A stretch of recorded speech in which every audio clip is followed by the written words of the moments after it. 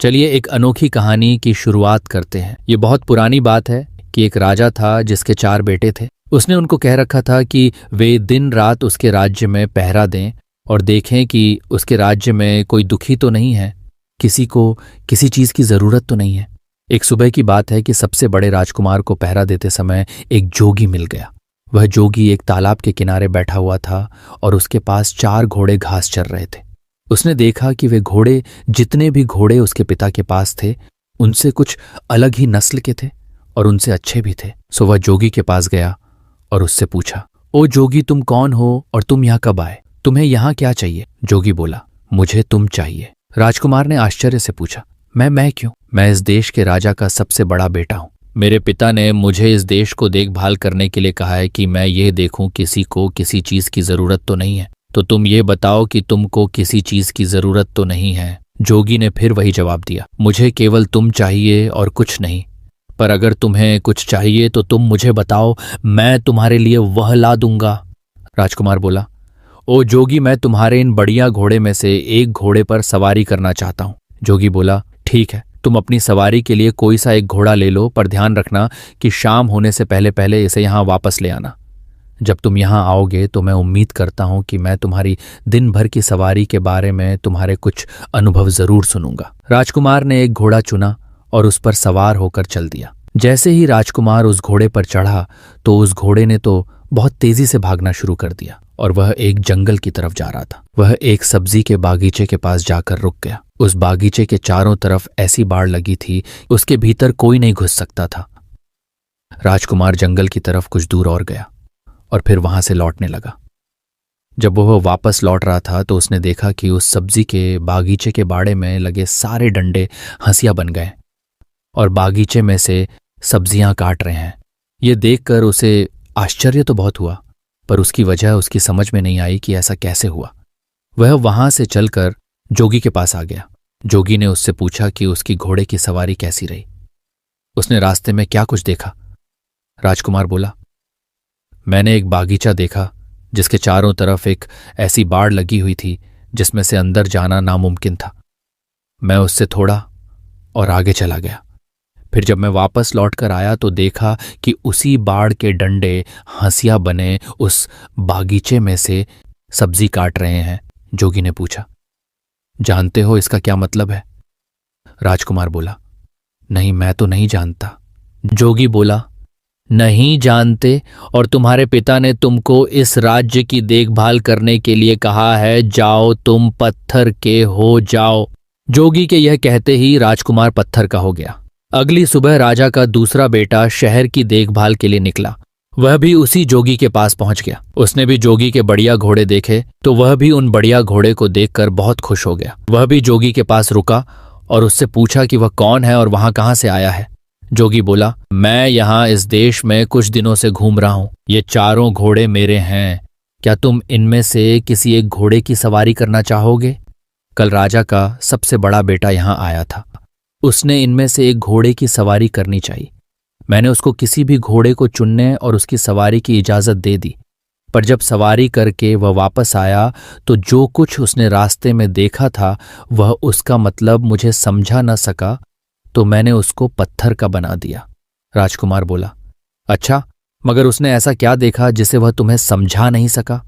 तब जोगी ने उसे बताया कि उसने क्या देखा था और यह वायदा किया कि अगर वह इस बात को उसे समझा सका कि वे डंडे हंसियों में क्यों बदल गए थे तो वह उसके भाई को जिंदा कर देगा।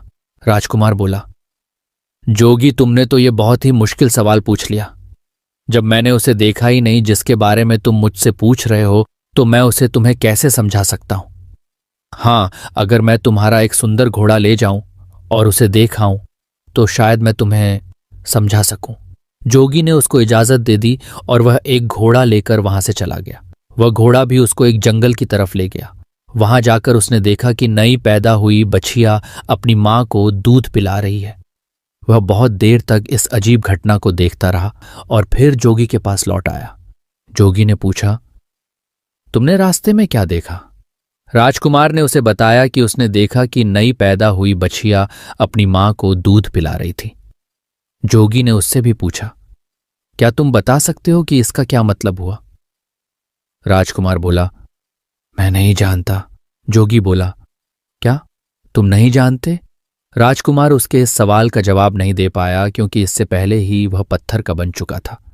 तीसरी सुबह तीसरा राजकुमार शहर की देखभाल के लिए निकला और वह भी जोगी के पास आया। उसने भी उसके घोड़े देखे। वह भी उसके घोड़े देखकर आश्चर्यचकित रह गया। उसने उससे पूछा कि वह कौन था और उसको इतने सुंदर घोड़े कहाँ से मिले। उसके इन सवालों पर ध्यान न देते हुए जोगी ने उससे उसके पास बैठ जाने के लिए कहा। बातों बातों में उसने पता चला लिया कि यह भी राजकुमार था और अपने दो बड़े भाइयों की खोज में निकला था। उसने उसको बता दिया कि उसके दोनों बड़े भाइयों के साथ क्या हुआ। फिर उसने बाद में उससे यह भी कहा कि वह उसके दोनों भाइयों को जिंदा कर देगा अगर वह यह बता दे कि बाड़े के डंडे हंसियों में क्यों बदल गए थे और नई पैदा हुई बछिया अपनी मां को दूध क्यों पिला रही थी। राजकुमार बोला, बहुत बहुत धन्यवाद। अगर आप मुझे अपना एक घोड़ा दे दें तो मैं इन अजीब चीजों को देखकर आ सकता हूं और तब शायद आपको समझा सकूं। जोगी बोला, हाँ हाँ, क्यों नहीं, तुम इनमें से कोई सा घोड़ा ले लो, मगर ध्यान रखना कि शाम होने से पहले ही यहां वापस आ जाना। राजकुमार ने उन घोड़े में से एक घोड़ा लिया और उस पर सवार होकर चल दिया।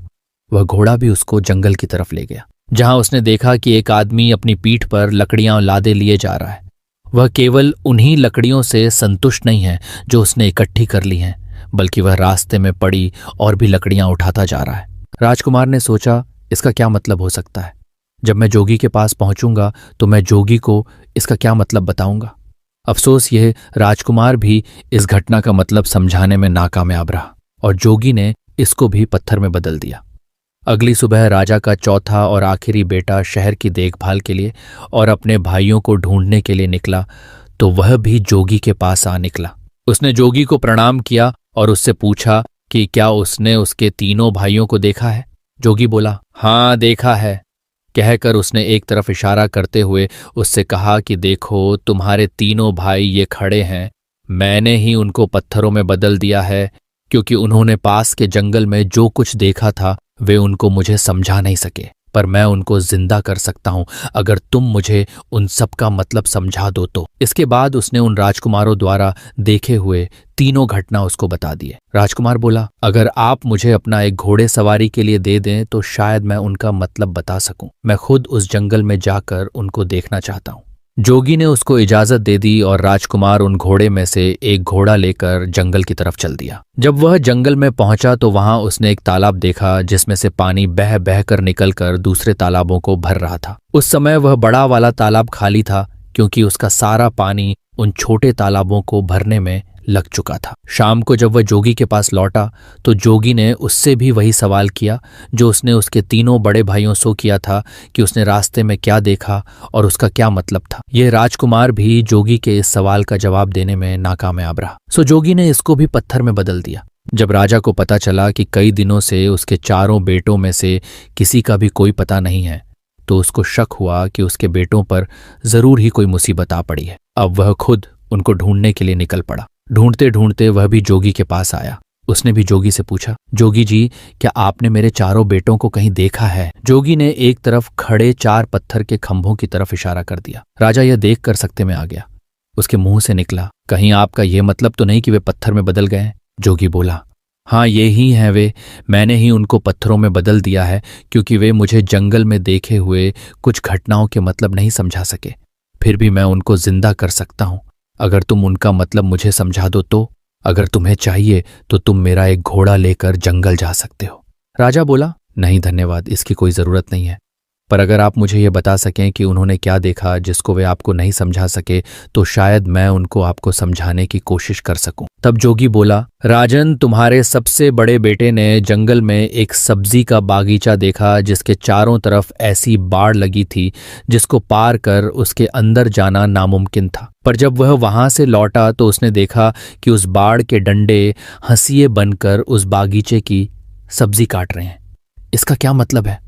राजा बोला, यह एक ऐसे आदमी की तस्वीर है जिसके पास कुछ पैसा सुरक्षा के लिए रखा गया हो और जब उस पैसे का मालिक अपना पैसा उससे वापस मांगने आया हो तो उस आदमी ने उसके पैसे को या तो कहीं छिपा दिया हो या फिर उसे खर्च कर दिया हो जिससे कि उस पैसे के मालिक को उसका पैसा न मिल पा रहा हो। जैसे ही राजा ने अपना वाक्य पूरा किया कि उसका बड़ा बेटा उसके सामने खड़ा हो गया। जोगी ने अपना दूसरा सवाल किया, तुम्हारे दूसरे बेटे ने एक नई पैदा हुई बछिया को अपनी माँ को दूध पिलाते देखा, इसका क्या मतलब है? राजा बोला, बड़ी अजीब सी बात है कि उसको ये देखकर किसी एक ऐसी स्त्री की याद नहीं आई जो अपनी बेटी की कमाई पर जिंदा रहती हो। राजा के ये कहते ही उसका दूसरा बेटा भी जिंदा होकर उसके सामने आ खड़ा हुआ। तब जोगी ने अपना तीसरा सवाल पूछा, राजन, तुम्हारे तीसरे बेटे ने एक ऐसा आदमी देखा जो अपनी पीठ पर लकड़ियां लादे ले जा रहा था। वह अपने उस ढेर से संतुष्ट नहीं था और रास्ते में उसको और जो लकड़ियां मिलती जा रही थीं वह उनको भी उठाता जा रहा था। इसका क्या मतलब है? राजा बोला,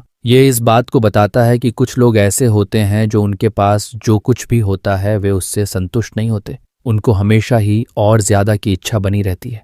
जैसे ही राजा ने ये शब्द बोले कि उसका तीसरा बेटा भी जिंदा होकर उसके सामने आ खड़ा हुआ। अब जोगी ने अपना चौथा और आखिरी सवाल पूछा, राजन, तुम्हारे सबसे छोटे बेटे ने जंगल में एक तालाब देखा जिसने 6 दूसरे तालाबों को पानी देने के लिए अपने आप को खाली कर दिया, इसका क्या मतलब है? राजा बोला, जोगी जी, वह बड़ा तालाब दुनिया के उन आदमियों के समान है जो दूसरों को देने के लिए अपना सब कुछ खर्च कर देते हैं, पर बदले में उन्हें क्या मिलता है? कुछ भी नहीं। जैसे ही राजा ये बोला, उसका चौथा बेटा भी जिंदा होकर उसके सामने आ खड़ा हुआ। राजा और उसके चारों बेटे खुशी खुशी अपने महल वापस लौट आए। कुछ समय बाद ही राजा ने अपनी गद्दी छोड़कर अपना राज्य अपने बच्चों को दे दिया और वह खुद जंगल में शांति से रहने चला गया।